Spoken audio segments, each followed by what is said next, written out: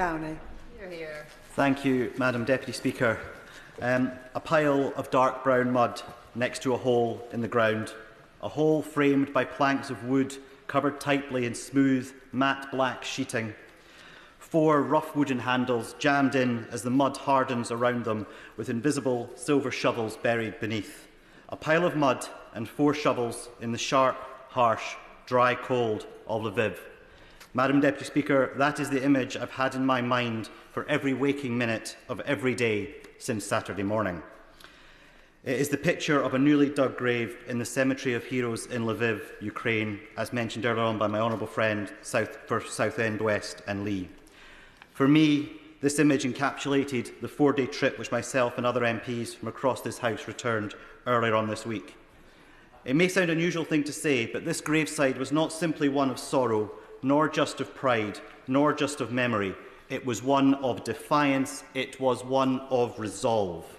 And that image encapsulates for me the emotions of all of the people of Ukraine. They have taken the punishment dished out by a criminal, dictator, bully for 3 years. They have not only withstood the daily bombardments, they have thrived underneath their air defence umbrella. In a position where every day represents a struggle for survival to the next, Ukraine has not only been able to fight and reach the next day, but they have planned for a prosperous future. In health, education, technology, cybersecurity, scaling of innovation and in culture, the Ukrainian people are shaping their long-term future even as they take to shelters every night. This is not just keep calm and carry on. This is keep calm, win the present and build the future. The Ukrainian people want peace. Of course they do, but they will not accept peace at any price. We asked over and over again, what message do you want us to deliver back to our country, to our Parliament? And the answer was always this, something so simple and so obvious it is hard to believe it has to be restated. Russia has conducted an unprovoked invasion of Ukraine. Russia is the aggressor. Ukraine is the victim. We have had 20 years of warnings, from the murder of Alexander Litvinenko in 2006 to the first invasions of Ukraine and the public poisonings in Salisbury, and then finally the full-scale invasion of our ally. I'm happy to give way to my friend. I thank my honourable friend for giving way.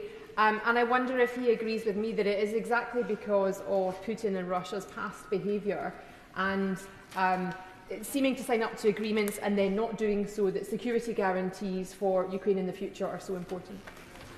Can I thank my honourable friend for that intervention? I couldn't agree with her more. As someone who grew up in Berlin during the Cold War, where I could hear Russian artillery practice and Russian helicopters practising on a live fire range, that is something which has always been present since I was very young. And we must not misunderstand the gravity of this moment. Geopolitical stability and security will be the defining issue for this generation and for this Parliament. It is incumbent on us to do whatever it takes to keep British people safe at home and abroad and to support our allies. And that is why I fully welcome and endorse the decision this week by the Prime Minister around defence spending increases. But as I argued in this House in December last year, 2.5% and even 3% should be seen as a floor for our defence spending, not the ceiling. This government has already taken one difficult decision and there may well be more in the future. I suspect before very long the government may conclude it must go even further or even faster or both, and if they do so they will have my full and total support. That is not to crave this spending, but to accept the reality of the world that we live in, not the world as we would wish it to be. And while the public clearly support the increased spending on defence, it is incumbent on all of us in this House to ensure that the reality of the danger and threat this country faces is brought home and what this might mean for tougher decisions in the future. While a war in Ukraine might feel abstract, as I saw over the past few days, that war can come very quickly to these shores in a variety of different ways. The mission of all sides of this House is to maintain that unity and to communicate that reality and bring the public with us on a long-term journey that will be difficult.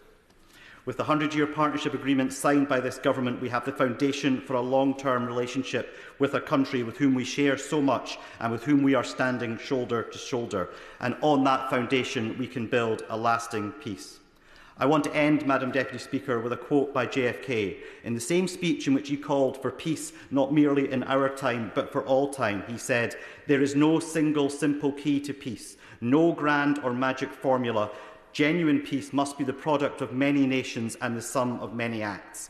Ukraine has taken several of those many acts, and the UK is one of many nations. It is incumbent on us to continue acting until we find the peace we all seek.